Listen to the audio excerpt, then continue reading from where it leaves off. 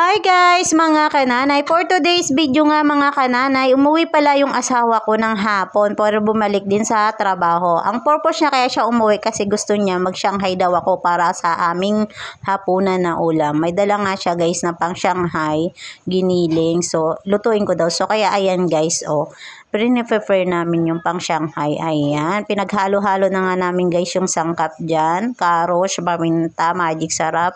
So ayan, sibuyas. So ayan, kailangan nating halu-haluin para yung lasa kumapit guys. Kasi nga, para siya naglilihi guys. Ewan ko ba, baka nahakbangan ko siya ata yung naglilihi. Char. So ayan guys, magbalot na tayo dahil na nahalo na natin ang ating pang Shanghai. So ayan, medyo mahirap guys tanggalin. Kaya tingnan nyo naman, parang naging maskara yung ating pambalot na butas. So mainit pa naman siya guys, pero yung gilid niya matigas na, ang hirap tanggalin. So nakadikit pa yung gitna, mamasa-masa pa. So medyo nahirapan kami isa-isahin tanggalin ang wrapper. So ayan guys, ika nga walang hirap pag nagtiyaga, char. So ayan nga guys, natanggal din at nauubos din namin yan tanggal isa-isa. So habang nagbabalot, tanggal balot, ayan yung ginagawa namin. So ang katulong ko nga pala guys sa paggawa ng siya ngayong anak kong panganay. So marunong na rin siya magbalot at magtanggal ng siyang wrapper. So ayan nga guys, diba? Ayan. So, kailangan lang natin. So, na nga rin ako ng itlog, guys. Nagbati ako ng itlog pang dikit. Ayan. Para wag siyang bumuka pag prinito na siya, guys. So, ayan. Kailangan natin lagyan ng dikit para hindi siya bumuka pag nilagay na natin, pag sinalang natin. So, ayun nga, guys. Magic. Marami na agad na balot. Diba?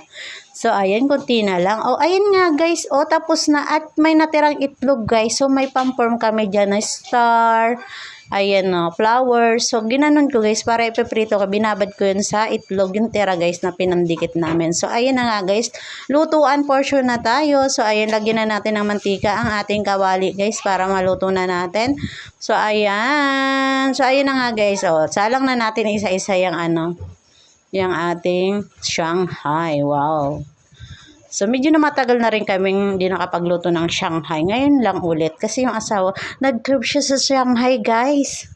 So, ayan na nga, guys. Wow. Ang ganda ng pagkakaprito, guys, So, tingin pa lang ulam na masarap na, ika nga. So, ayan. Baliktarin natin. So, ayan guys, hanggang dito na lamang ang aking video. Ayan, ready to kain na ulit. So, ayan na nga pala guys yung aking, yung itlog na natira. So, yan, diba? Wow.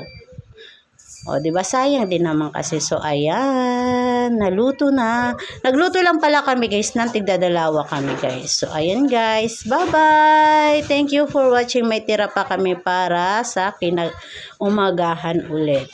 So, ayan. Ready to eat na. Bye-bye!